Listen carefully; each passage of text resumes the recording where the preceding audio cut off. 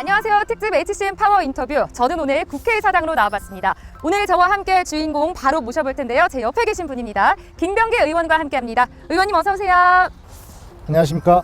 국회의원 김병기입니다.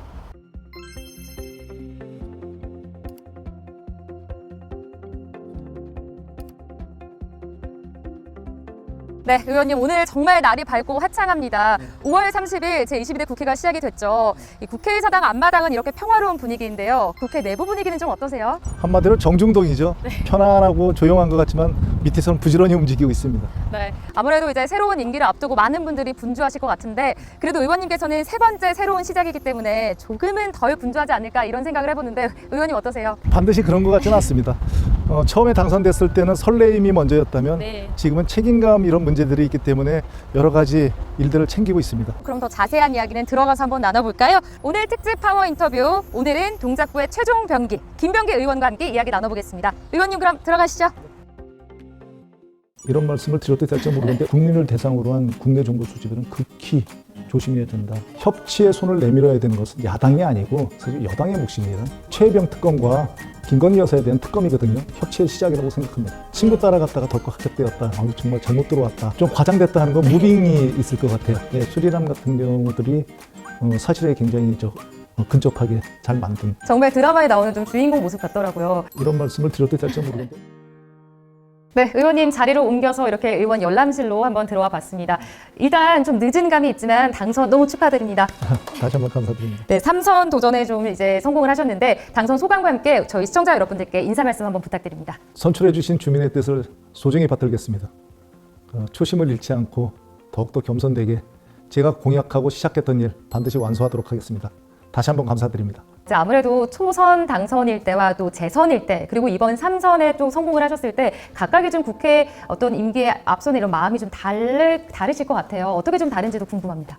초선일 때는 설레임이 먼저였다면 그리고 재선 때는 의무감이 먼저였다면 이번 3선이 돼서는 책임감이 제일 먼저 떠오릅니다. 국민들께서 저희에게 막중한 정말 지지와 함께 책임감을 부여해 주신 것이거든요.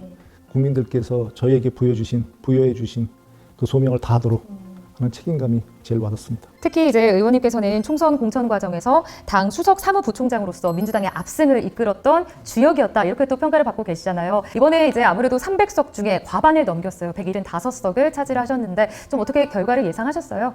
총선에서 저희가 승리할 수 있을 것이라는 기대는 했습니다만 이렇게 압승할 줄은 솔직히 예상 못했고요. 저희가 이런 좋은 결과를 받았을 때 무거운 책임감을 다시 한번 느낍니다.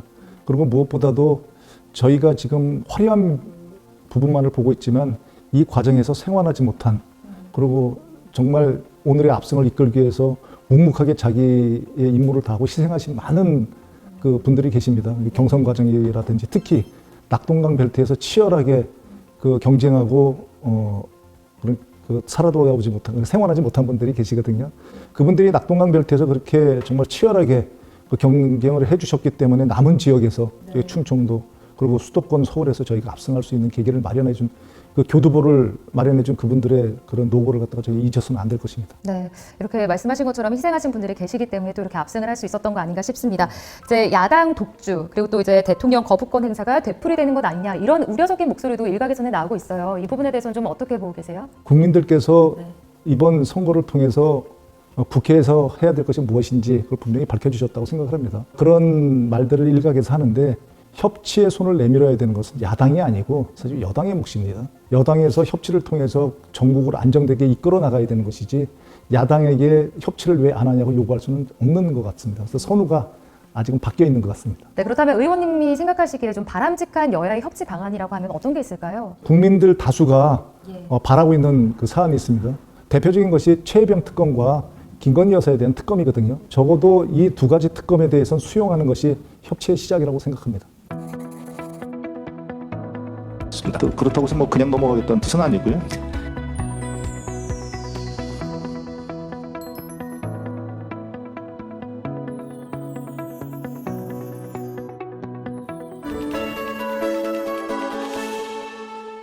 네, 김병기 의원에 대해서 낱낱이 파헤쳐보는 시간 저희가 차트로 준비를 해봤는데요. 첫 번째부터 한번 만나볼까요?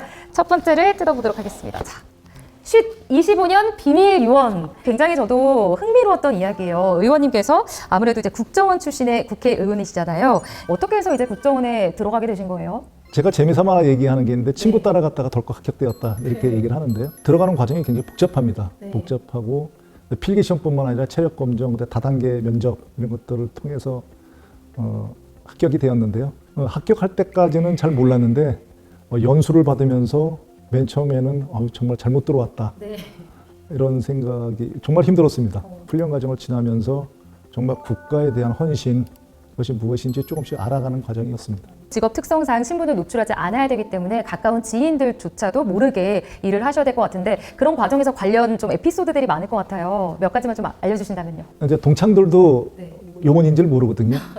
근데 가끔 가다가 이제 알게 되는 경우들이 있습니다. 근데 동창회에서 동창회 명부에 안기부 요원 이렇게 거기다 적지 않은 경우들이 있습니다. 그러니까 그게 만약에 발각될 경우는 징계 대상입니다.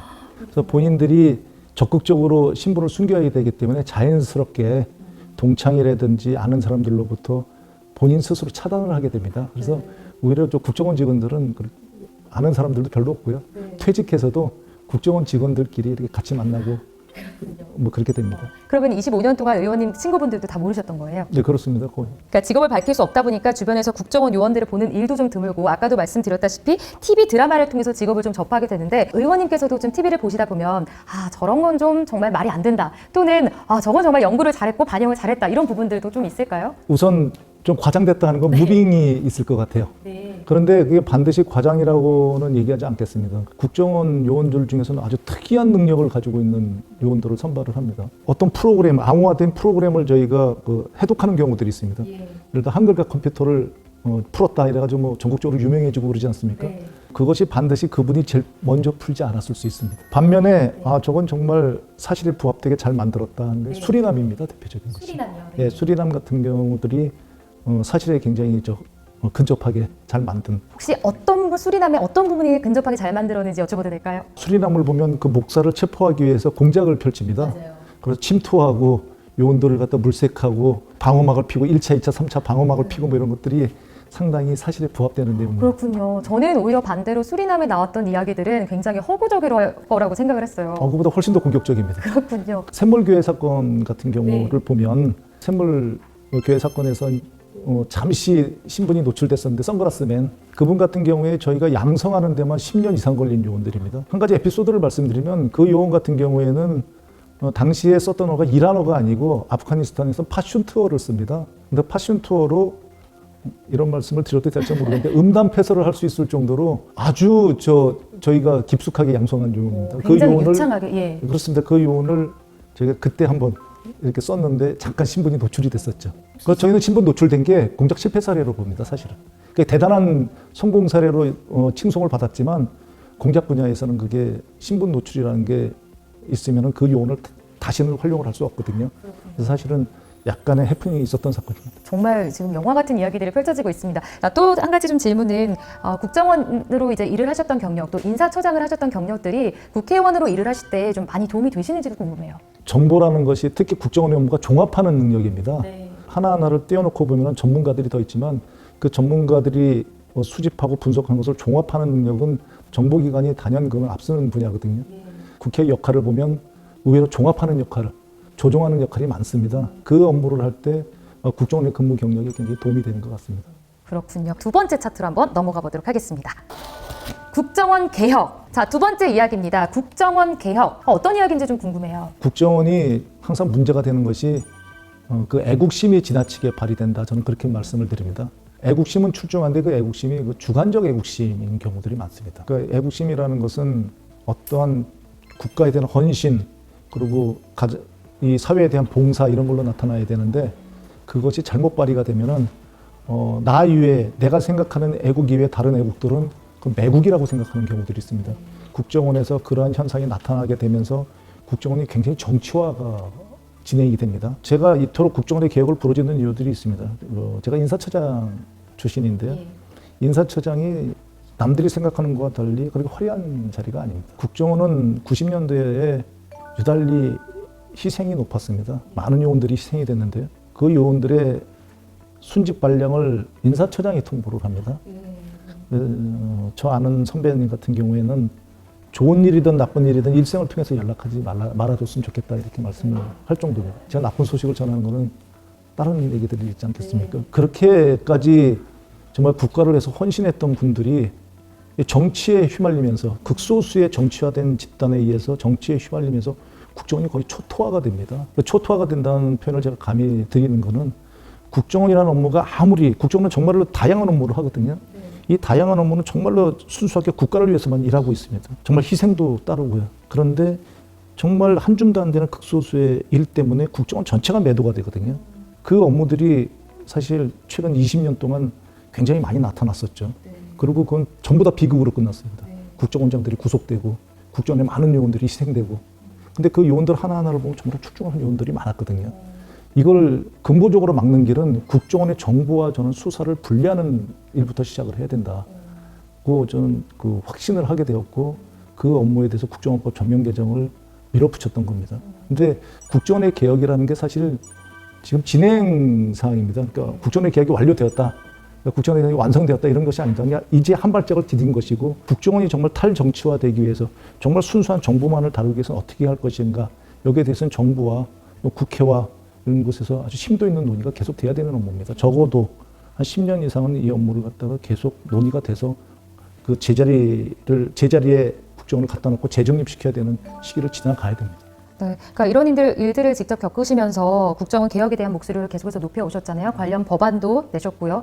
이제 막 시작 단계라고 말씀해 주셨지만 그래도 그동안의 성과라든가 아니면 어떤 변화의 움직임이 좀 있었나요? 국정원이라는 정보기관, 세계 정보기관이 똑같습니다. 근데 특히 국정원은 국민을 위해서 해외에서 국민을 지키기 위해서 해외에서 무법성을 인정받는 유일한 조직입니다. 샘물교회 제가 예를 들었습니다만 샘물교회 같은 사건이 터졌을 때 군대를 보낼 수는 없습니다. 구출하기 위해서 구출 작전이 실패하면 거기서 총격전이 벌어질 수도 있고요. 그래서 만약에 총격전 과정에서 우리 요원이 희생되더라도 그냥 요원이 희생되는 걸로 저희가 그냥 감춰버릴 수 있거든요. 무법성이 인정이 됩니다. 그런데 문제가 이런 무법성을 인정받는 조직이 정보기관이 오로지 무법성을 인정받는 조건이 국민을 위해서입니다. 근데 국내에 들어와서 본인들이 무법성을 인정받는 그 국민들을 대상으로 해서 정보 활동을 하는 건 있을 수가 없습니다. 그래서 세계의 모든 정보기관이 국내에서의 정보를 하는 걸 극히 제한하고 있는 거거든요. 불가피한 경우, 해외의 경우에는, 다른 나라의 경우에는 국내 정보와 해외 정보를 분리해서 운영을 합니다. 근데 저희 국가 같은 경우는 통합형이거든요. 국내의 정보를 전부 국정원에서 모두 다루고 있죠. 그렇기 때문에 국민을 대상으로 한 국내 정보 수집에는 극히 조심해야 된다. 그런 말씀을 드리겠습니다. 자, 저희 두 번째 이야기 국정원 개혁에 대한 이야기까지 나눠봤는데요. 이제 세 번째 차트를 열어보도록 하겠습니다.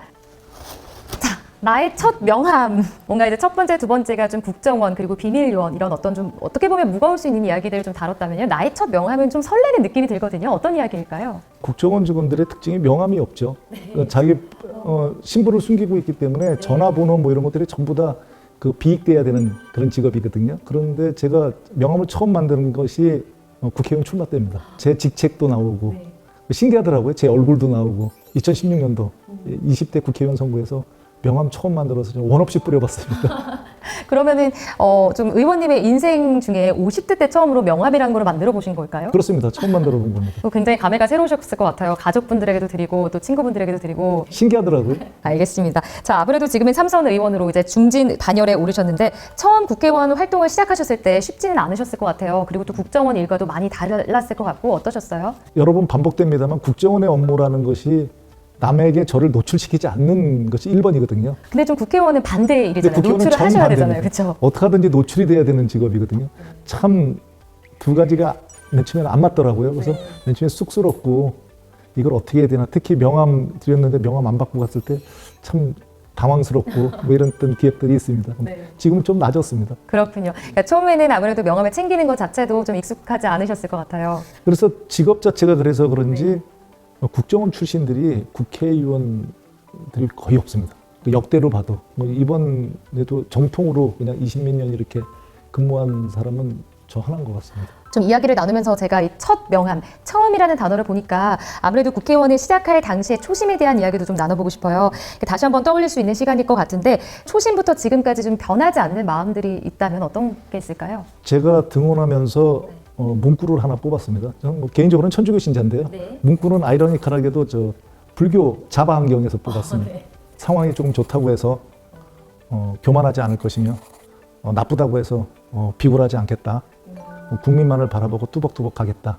의정 활동의 좌우명으로 삼고 있습니다. 아무래도 이번에 믿고 또 선택해 주신 동작 구민분들이 계셨기 때문에 또 의원님께서 이렇게 3선의 기회를 얻으신 거 아닐까 싶습니다. 그렇기 때문에 지역 현안에 대한 이야기를 나눠보지 않을 수가 없는데요. 동작구 주민들의 수건 사업이죠. 노량진 수변 복합 개발 사업 지금 지구 단위 계획까지 확정이 된 상황으로 알고 있는데 현재 진행 상황이 어떻습니까? 주민 여러분들께 꼭 드리고 싶은 말씀이 있습니다. 네. 그 국회의원은 의정 활동에 대해서 주민들께 보고를 드리고 있습니다. 보통 짧게는 2달에 한 번, 길게는 6개월에 한 번씩 드리는데요. 저희가 책자로도 이렇게 배송해 드리고 있는데 그거를 꼭 보시면서 정말로 우리 지역의 국회의원이 본인이 공약했던 것을 잘 이행하고 있는지 꼭 이렇게 점검해 보시면 지역 발전에 얼마나 국회의원이 매진하고 있는지 좀 쉽게 알 수 있을 것이라고 생각을 합니다. 그래서 이번에 제가 이거 한번 좀 보여드리고 싶은데요. 요번에 제가 그 국회의원 출마를 하면서 제가 냈던 공약집입니다. 근데 여기에 보면은 노량진 수변 복합 개발 이래가지고 이렇게 해서 제가 발표를 했을 뿐만 아니라 여기에 꼼꼼하게 내용을 담고 있습니다. 지금 말씀하신 2023년 11월에 지구단위 계획이 결정이 됐거든요. 그리고 지형 도면이 고시가 됐는데 단순히 노량진 수변 복합 개발 그러면 잘 얘기가 들어오지 않지 않습니까? 근데 여기에 연계해가지고 대형마트와 수협 중앙회를 유치한다든지 또는 어린이 수산 테마파크를 조성한다든지 특히 노량진과 여의도를 잇는 연륙교를 신설한다든지 이런 내용들이 이렇게 쭉 체크돼서 나와 있습니다. 그래서 의정 보고나 이런 것들이 저희가 댁으로 배송이 되면은 이걸 버리지 마시고요.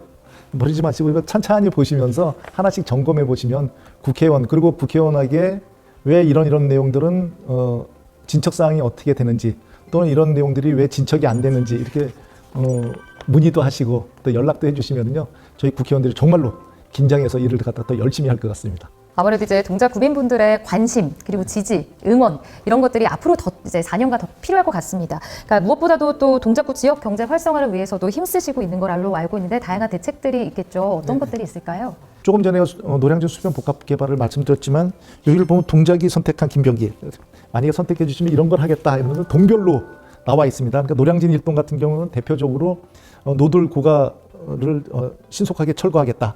노량진 2동 같은 경우는 노량진역 철로변에 방음벽을 추가 설치하겠다. 이런 문제까지 예를 들면 이렇게 신대방 2동 같은 경우는 기상청 부지에 대형 도서관을 건립하겠다. 이런 것까지 깨알같이 이렇게 공약을 하고 있습니다. 그렇다면 정말 지역에 더 대형 도서관 같은 게 필요하거든요. 근데 2년이 지나도 아무 소식이 없다. 그러면 그냥 가만히 계시지 마시고 국회의원에게 저희가 여기 직통 전화번호가 있습니다. 전화를 하셔서 왜 이런 것이 진척이 안 되는지 질책도 하시고 문의도 하시면 훨씬 더 긴장해서 잘할 수 있을 거라고 생각합니다. 네, 저희 시청자분들께서는요 잊지 마시고 꼬박꼬박 4년 동안 잘 보시면서 질타도 해주시고 응원도 해주시고 지지와 성원 다 부탁드리도록 하겠습니다. 한 말씀만 더 드리면은요. 제가 3선이 되면 책임감이다 이렇게 말씀을 드렸습니다. 제가 공약한 것을 완수하는 시기라고 생각합니다. 한 12년 정도가 지나면서요. 지금 지난 2번을 격려를 해주셨다면 3번째에선 정말 그걸 잘하고 있는지 감시와 그리고 이런 조언과 완성도를 갖다 점검해보는 그런 우리 동작 주민들이 이렇게 점검해 주신다면 제가 공약한 사항이 훨씬 더 책임감 있고 무겁게 그걸 실천하리라고 봅니다. 네, 앞으로도 4년간 동작구에 어떠한 변화를 만들어낼지 기대가 되는데요. 이런 질문을 좀 드려보고 싶어요. 김병기 의원에게 동작구란? 동작 주민은 제 손주와 같다 이렇게 말씀드리고 싶습니다. 제가 1살짜리 손주가 있습니다.